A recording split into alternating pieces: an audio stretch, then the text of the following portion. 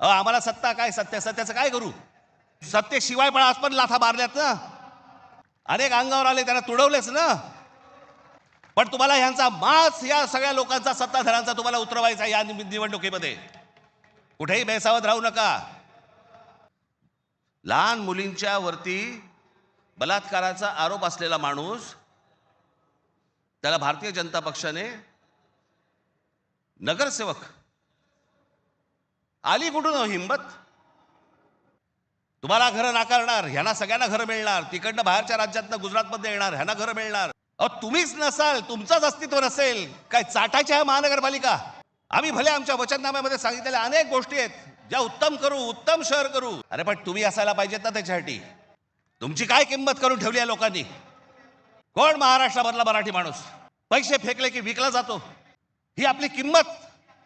दुसऱ्यांच्या हातावरती बसून त्यांचा उद्देश साध्य करण्यासाठी आमचे लोक हे आमच्या लोकांना फोडतायत. काय दुर्दैव आहे बोला.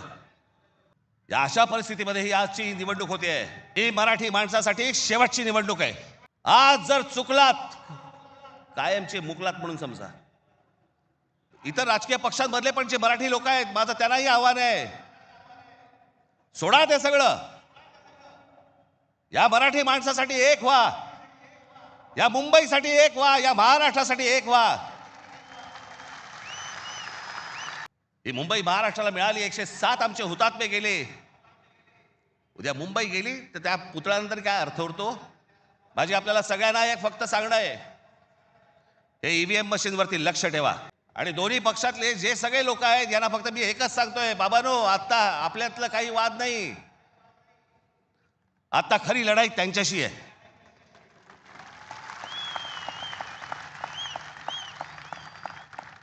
आपण भांडत राहावं हेच त्यांना पाहिजे. त्यांना जे हवं ते आपण नाही द्यायचंय, आपल्याला जे हवं तेच आपण केलं पाहिजे. आणि म्हणून तिकडे आपल्याला जातात एवढंच सांगेन की सतर्क राहा, बेसावध राहू नका. आणि जर दुबार मतदार जर तिकडे आला, सकाळी 7 वाजता फोडून काढा.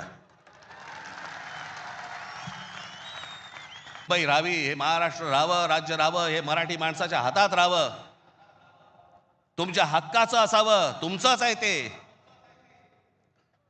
आणि मला असं वाटतं की जो लढा आजपर्यंत मराठा साम्राज्याने दिला, तो लढा आज तुम्हाला, आज सगळ्यांना, तुम्हाला, आम्हाला सगळ्यांना करायचा आहे. हा महाराष्ट्र वाचवायचा आहे, महाराष्ट्र समृद्ध करायचा आहे, ही आपली शहरं समृद्ध करायची आहेत, ही मुंबई आपल्याला वाचवायची आहे. ही मुंबई कदापि आपल्याला कुठेही गुजरातला राहून द्यायची नाहीये.